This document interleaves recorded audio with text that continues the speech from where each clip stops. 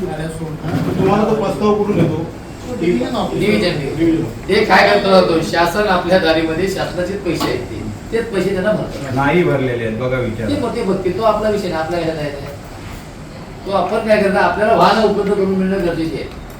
पण भरलेले पण नाही आपले पैसे आहेत. आता त्याला कसं आहे आपण रस्ते उतरला पाहिजे त्याच वेळी आपण विचारलं पाहिजे. अरे जर किशोर शेठ जर याने आम्हाला 4 ते 5 दिवसात वाहनं उपलब्ध करून दिली नाही तर हरचेरी जिल्हा परिषद गटाचे सगळे सरपंच आले जे नेतृत्व करतात ते झापडेकर आलेले आहेत. आम्ही सगळे भोक्यातला विषय आहे ते विभाग प्रमुख पदाधिकारी मानले आहेत. राघू साळवींचा विषय आहे आपल्या कसोपचा तो विषय आहे.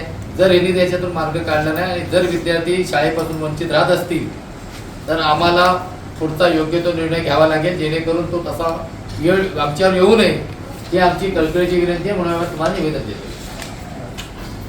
हरचेरी जिल्हा परिषद गटामध्ये जी एस टीची वाहतूक होते त्या ठिकाणी जी आजूबाजूला 7-8 किलोमीटरमध्ये जी शाळा आहेत हायस्कूल असतील त्या विद्यार्थ्यांची शाळा चालू होऊन 7 ते 8 दिवस झाले आणि त्या ठिकाणी वाहन होत नसल्यामुळे त्या ठिकाणचे सरपंच आणि आमचे लोकप्रतिनिधी नेतृत्व काम करणारे महेंद्र झापडेकर यांच्या नेतृत्वाखाली सगळी संपूर्ण त्या पदाधिकाऱ्यांनी सरपंच ही टीम त्या ठिकाणी आम्ही आज आलो त्यांना निवेदन दिलं.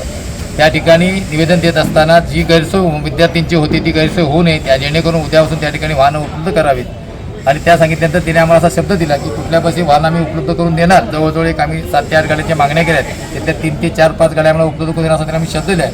परंतु तिने आम्हाला एक त्याच्यावरती कसं उत्तर दिलं की आमच्याकडे 200 कर्मचारी आमच्याकडे उपलब्ध नाहीत त्यामुळे आणखीन 15 गाड्या उपलब्ध नसल्यामुळे आम्ही काही ठिकाणी वाहनं उपलब्ध करू शकत नाही. त्याच्यावरती आम्ही उत्तर दिलं आहे जर तुमच्याकडे वाहनं उपलब्ध होत नसतील तर आमचे विद्यार्थी आज ज्या ठिकाणी आम्ही तुम्हाला निवेदन द्यायला आलो त्या ठिकाणी येऊन अभ्यासाला बसतील जेणेकरून त्यांच्या अभ्यासाची त्यांच्या जेवणाची सगळी व्यवस्था आपण करावी जेणेकरून कुठल्याही विद्यार्थ्यांना एस टीच्या प्रवासामुळे अभ्यासापासून वंचित राहू नये. त्यासाठी आज आम्ही सर्व पदाधिकारी त्या ठिकाणी भेट घेतो.